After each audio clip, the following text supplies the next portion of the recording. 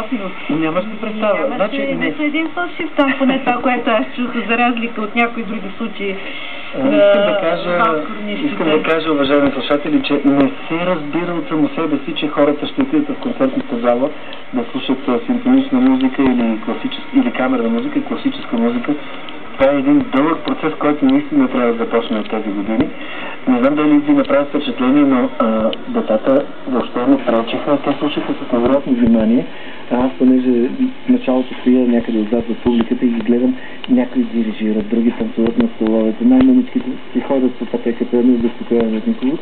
Но както ние тук казваме, важното е да докараме хубавата музика до тях, а пък тя после да си свърши работата.